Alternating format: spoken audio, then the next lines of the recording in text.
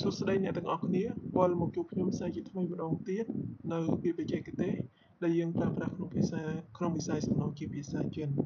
ថ្ងៃនេះខ្ញុំនឹងបន្តប្រាប់ពាក្យទៅមុខទៀតខ្ញុំសង្ឃឹមថាអ្នកទាំងអស់គ្នាចេះចាំនិងយល់អត្ថន័យនៃពាក្យនីមួយៗដែលយើងបានរៀនកន្លងមកថ្ងៃនេះខ្ញុំនឹងបន្តប្រាប់ពាក្យទៅមុខទៀតតោះយើងចាប់ផ្ដើមអានទាំងអស់គ្នា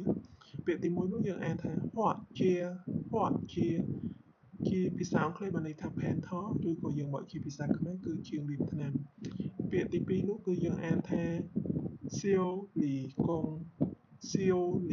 ងជាភាសាអង់គ្លេសបានន័យថា repair person ឬក៏យើងបកជាភាសាខ្មែរគឺជាងជួសជុលពាក្យទី3នោះយើងអានថាជីចជាភាសាអង់គ្លេសបានន័យថា reporter ឬក៏យើងបកជាភាសាខ្មែរគឺអ្នករាយការណ៍ពាក្យបន្តមកទៀតនោះគឺ教师ជាភាសាអង់គ្លេសបានន័យថា instructor ឬក៏យើងបកជាភាសាខ្មែរបានន័យថាអ្នកហ្វឹកហាត់ពាក្យចុងក្រោយគេនោះគឺយើងអានថា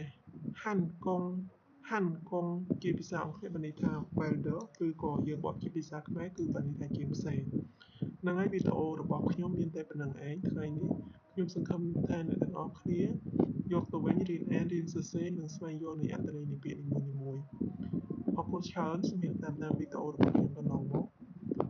អរគុណបាយបាយ